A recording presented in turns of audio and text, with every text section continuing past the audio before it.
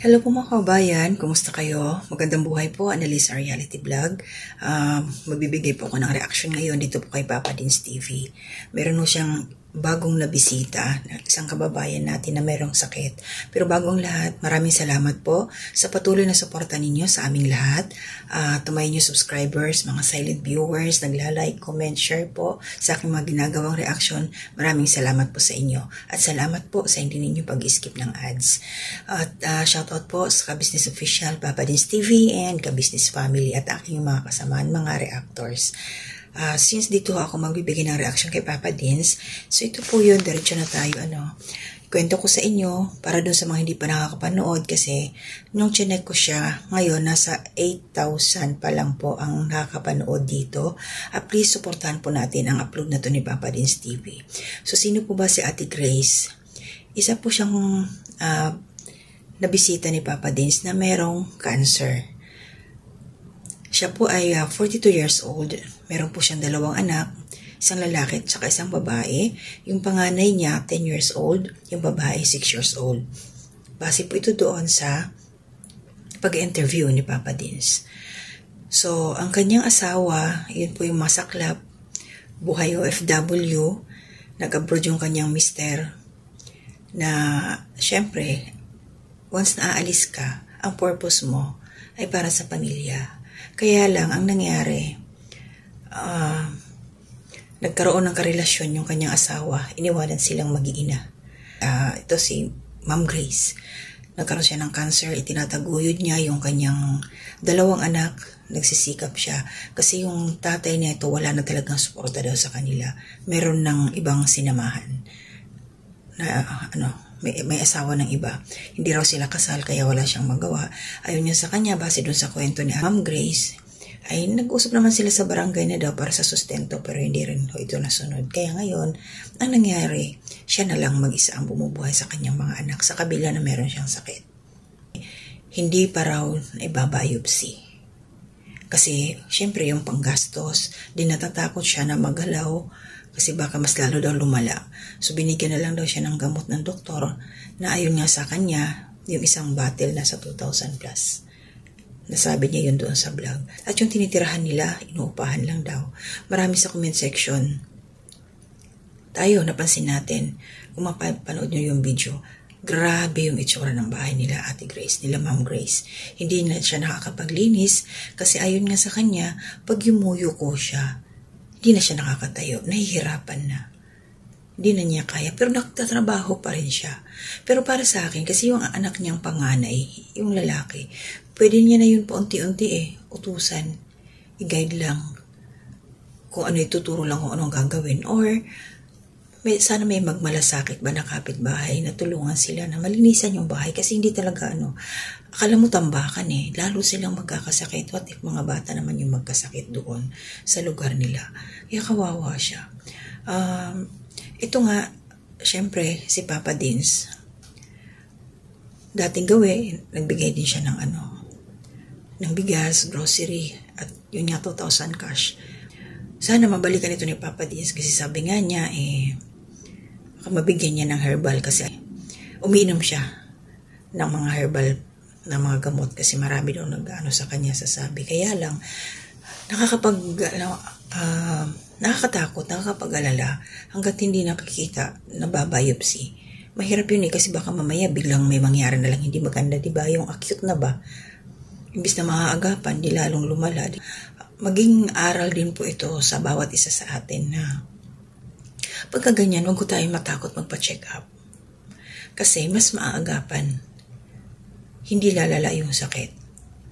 Kasi mahirap na kung malala na kung baga parang yung apoy ba? Pag yung usok pa lang, pwede pang mapuksa.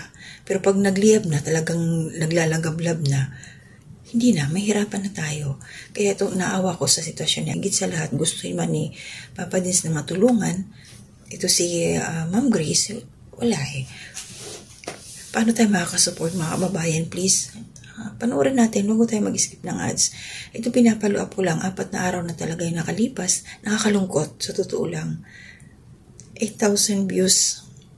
Nakakasad talaga para sa akin.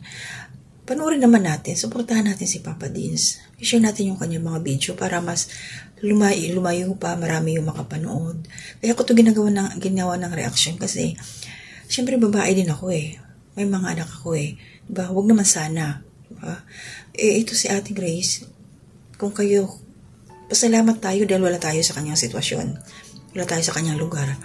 Diba? Kasi pag-pray natin siya na mahirap talaga eh. Kailangan niya ma-check up. Yun ang kailangan. So, meron nga nabasa akong comment doon na magpa-check up na lang sa PGH daw. Libre naman, pwede siyang maoperahan, ma-check lahat, indigency, i-apply. O, pwede ko yun. Kaya lang, malayo sila eh. Yung expenses, yung panggastos, pamasahe. Maliban na lang kung ito tuloy-tuloy ang pag-alalay natin kay Papa Dins sa panonood ng kanyang mga video na makaalalay din siya dito kay Ma'am Grace. Halimbawa, madala niya sa doktor. Kaya lang, syempre, sacrifice talaga. Malaking sakripisyo ito. Lalo't mga bata lang may iwan sa bahay. Kasi pag dinala mo yan doon sa hospital, kailangan may bantay, kailangan may kasama. Di po ba? Tsaka mahirap yun, yung biopsy na yan. Hindi yan agad. Siyempre, itetest. Mag-antay pa ng resulta. Pagkatapos nun, saka malalaman kung ano yung sitwasyon ng kanyang kalusugan. Kaya sana po please, suportahan natin si Papa Dins. Mga kababayan, ka-business, ka-papi, kalingap. Please lang, nakikiusap po ako sa inyo. Dahil ako po'y nalulungkot talaga. Bakit? Napapatanong talaga ako sa sarili ko. Sabi ko, bakit yung ibang mga ina-upload, ibang mga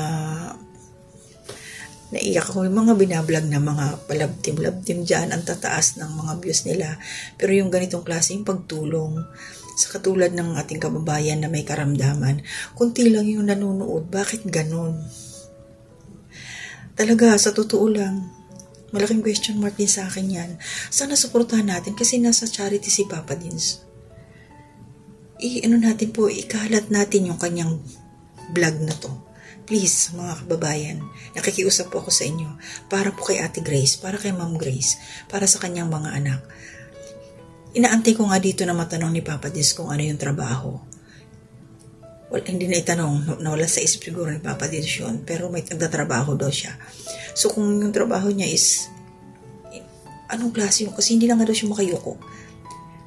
Nahihirapan na siyang mag-bend, hanggang likod na daw yung sakit na kanyang nararamdaman. So nakakatakot yun, kasi pagka ganon, paano yung mga komplikasyon? Siyempre dibdib yun eh. Yung dede niya. Nandito yung puso natin, nandito yung lungs natin. Paano yung mga komplikasyon? Yun lang dapat ma-check up. Maraming pagdadaanan ito si Ma'am Grace o si Ate Grace. Diyos ko. So, ipagpasa Diyos po natin. Please, spread out po natin yung video na ito ni Papa Dins. Kalat po natin. Share po natin sa inyong mga social media account. Malaking tulong po yun kasi pag i-share nyo siya, may mag-click niyan eh. Mapapanood dyan, may magbo-views at sana pa yung mga nagbo-views, hindi nila skip yung ads. So yun lang po yung sa akin, hindi ko muna ako magsha-shoutout individually like before. Basta tuloy lang po ang suporta sa bawat isa, yung mga kasama mga reactors sa Kalingap at saka sa ka-business. Shoutout po sa inyong lahat. Nalulungkot po talaga ako sa totoo lang para dito sa ating kababayan na may sakit ng cancer. Mahirap po yan. Ay Diyos ko. So, yun po, mag-iingat po tayong lahat, mga kababayan dyan, kalingap, kapapi, mga ka-business. Hanggang dito na muna, to God be the glory.